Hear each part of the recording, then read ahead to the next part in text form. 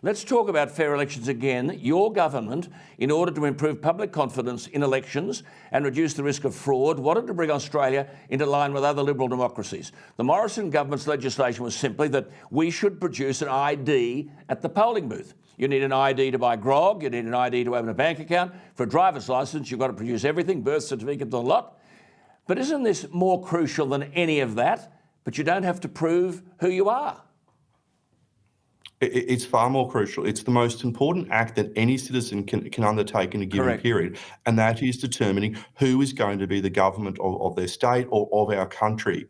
And the recommendations that the Joint Standing Committee made and the government adopted were very, very basic. You could use your Medicare card. You could use an electricity bill. It was not about stopping people from voting. It was about ensuring that those who did vote were entitled to vote, and they had a form of ID to justify that vote. But Labor and Anthony Albanese said that such legislation, I'm quoting exactly, requiring us to produce an ID was, quote, a desperate attempt to undermine our strong democracy and deny Australians their basic democratic rights. This is a cynical move to minimise the number of Indigenous Australians who get the vote. James, an ID? What?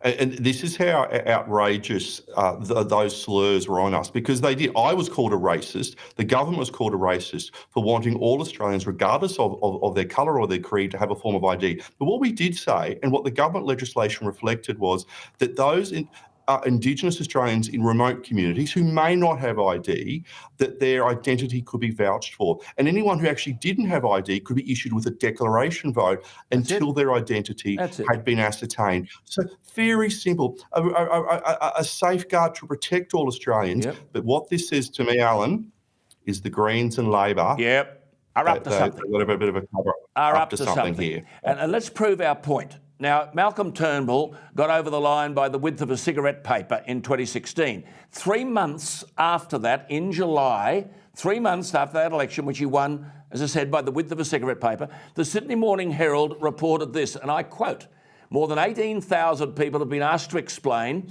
why they apparently voted more than once at the federal election. Despite heavy fines and the risk of jail time for multiple voting. Now listen to this. 2 people were marked off the electoral roll 11 times on July 2, voting day. A further 2 people had their names marked off 5 times. 4 others had 4 marks and 51 people had 3. James, what's been done about all of this? Up to 18,343 people were asked why their name was checked off more than once. Well, the answer is bugger all, but it's actually scarier than you outlined there, Alan, in that the federal seat of Herbert, which we lost by 37 votes, there were 200 cases of multiple voting in that seat. And the AEC made the decision not to prosecute anyone. So the ball is firmly in the court of the AEC, but what the Joint Standing Committee on Electoral Matters have recommended is not just do you need voter ID, but something that's called the electronic certified list, which is, a bit of a gobbledygook for just saying the electoral roll should be electronic. It's not electronic voting.